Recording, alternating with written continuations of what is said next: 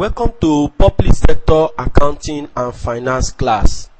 We are going to start with Chapter 1, and Chapter 1 is Introduction to Public Sector Accounting and Finance. Introduction to Public Sector Accounting and Finance. The first thing we're going to look at under this chapter is the Introduction to Public Sector Accounting and Finance. And under the introduction, we shall look at the definition of public sector.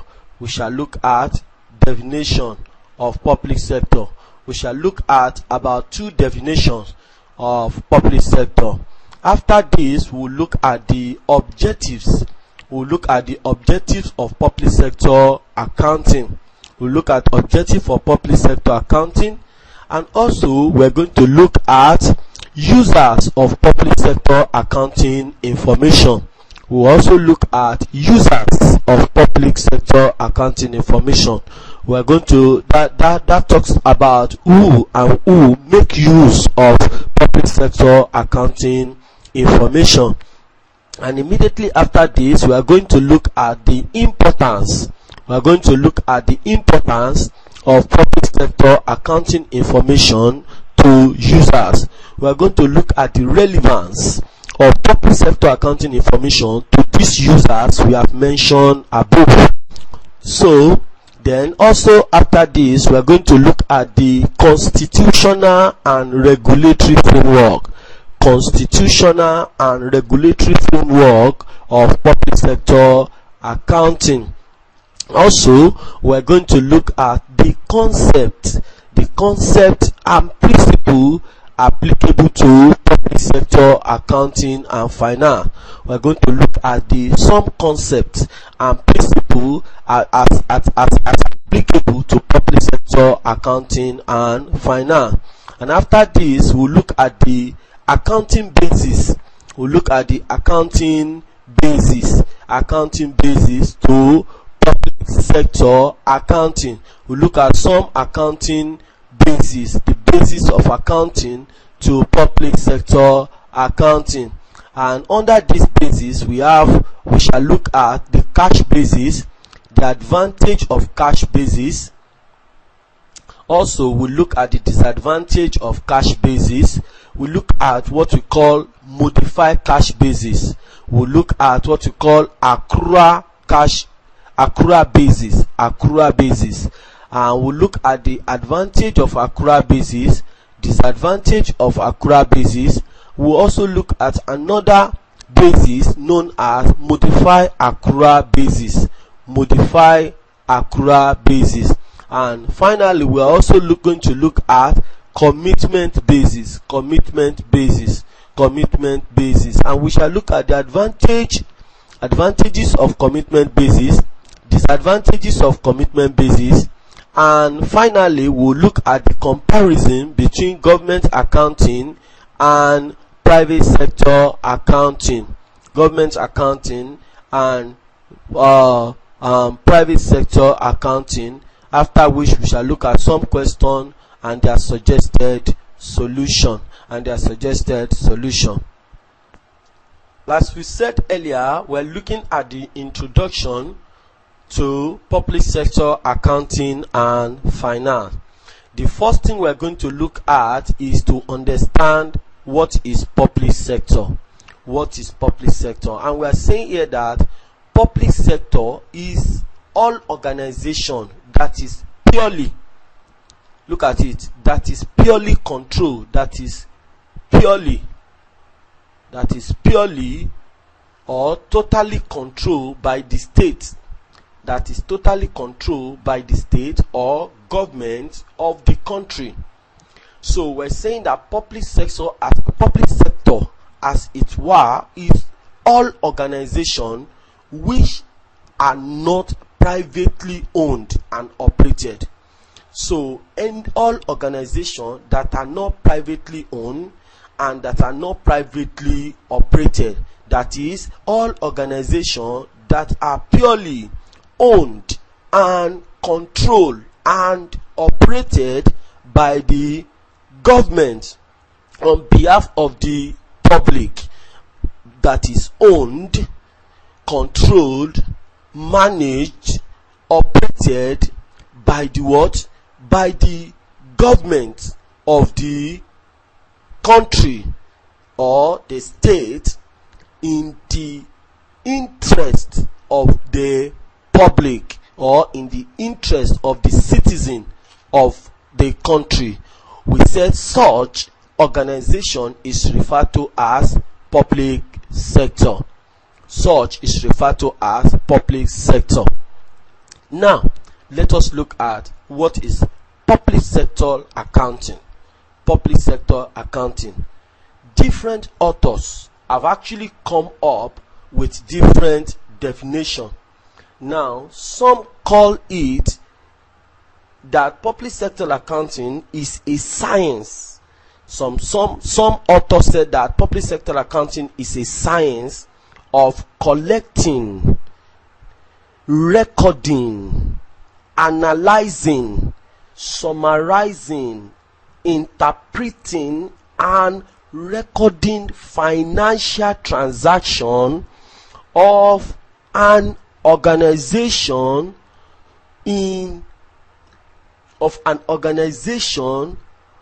of various stakeholders for the purpose of decision making. Now, that is one definition, and another author has defined public sector as a process of recording. After you record the information, you communicate the information, you summarize the information, you analyze the information, and you interpret the information in order to what? Facilitate decision making. Now, what is important is to understand that when we talk about public sector accounting, you need to know the word accounting there indicates that it is a process. It is a process. It is not one just action. It is a process of. It is a process. It is an act of processing information into processing a data into information that could be used for decision making. So that needs to be understood from that perspective. Another field of study, see public sector accounting. Another field of study, see public sector accounting as a study of how record of income, expenditure, and other related financial statements or information of company, individual, and government are kept. That is how another philosopher sees public sector accounting. He sees it as a study of how the record of income, expenditure, and other related financial information, financial transaction of an individual, corporate organization, and government are being kept. So it is important to us to note this. A public sector, it is an act, it is a process, it is a science, a process of recording, communicating, summarizing, analyzing, interpreting government financial statement and statistics in aggregate and detail. Now, what we mean by that is that when you gather a raw data, let's say you have sold something now, or you have collected money now, you need to process the information. You need to first record the information. Recording the information means you document it in black and white. Then we talk about summarizing the information. Now, when you are reporting to board of director, management, you need to summarize the information. They don't need the detail of the information at a point. They may not need the detail. You need to summarize the information. But while you are summarizing the information, you need to analyze the information. How do you analyze the information? You need to separate. For example, when we are talking about your collection of income, collection of money from people, from stakeholder, you need to know, okay, this is how much I was able to collect in the month of January. This is how much I was able to collect from all female. This is how much we collected from youth. This is how much we were able to collect from old women or old men. This is what we call, you are analyzing the information. then you summarize the information so that we can know how much in total have you collected. Has that money been paid into the bank? How many people paid the highest? That is what you call, you are summarizing the information. Then you now need to interpret this information. Interpret it is that you know that in the board of director, everybody may not be accountant, everybody may not understand figures. You need to break it down in such a way that even a non-accountant will understand the report you are presenting to the board. That is why we say that it is a process. It is not an end in itself. It is an end to a means. It is a means to an end. So we're saying that public sector is a means to an end. It is a process. It is a science of processing information, communicating it, summarizing the information, analyzing it, interpreting it, in aggregate, in detail, for the benefit of what? Using it to make informed decision. And it helps to render a stewardship account to the public fund. What you are saying is that when you talk about public sector, these are taxpayers' money that has been entrusted in the hand of the government, and that money is kept in the hand of government as a trust. So government has a responsibility to give account of the taxpayers' money in their custody, just like we have it in private sector. When they appoint the board of director, the board of director are appointed by the shareholders, and they were given some certain resources to hold in fiduciary, to hold in trust, and to use it to trade, to do business.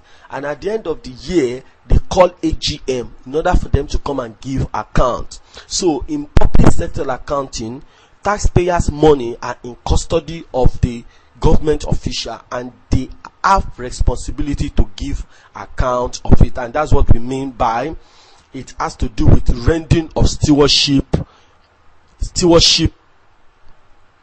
to public sector. The stewardship of the public fund entrusted in the hand of the government to the public, to the member of the public, or to the citizen of the country. So this concerns the receipt, the custody, and disburse. So when we talk about the stewardship, it has to do with what? It has to do with the receipt of taxpayers' money, the custody, how safe the money was kept, and how the money was disbursed for the purpose it was meant for. So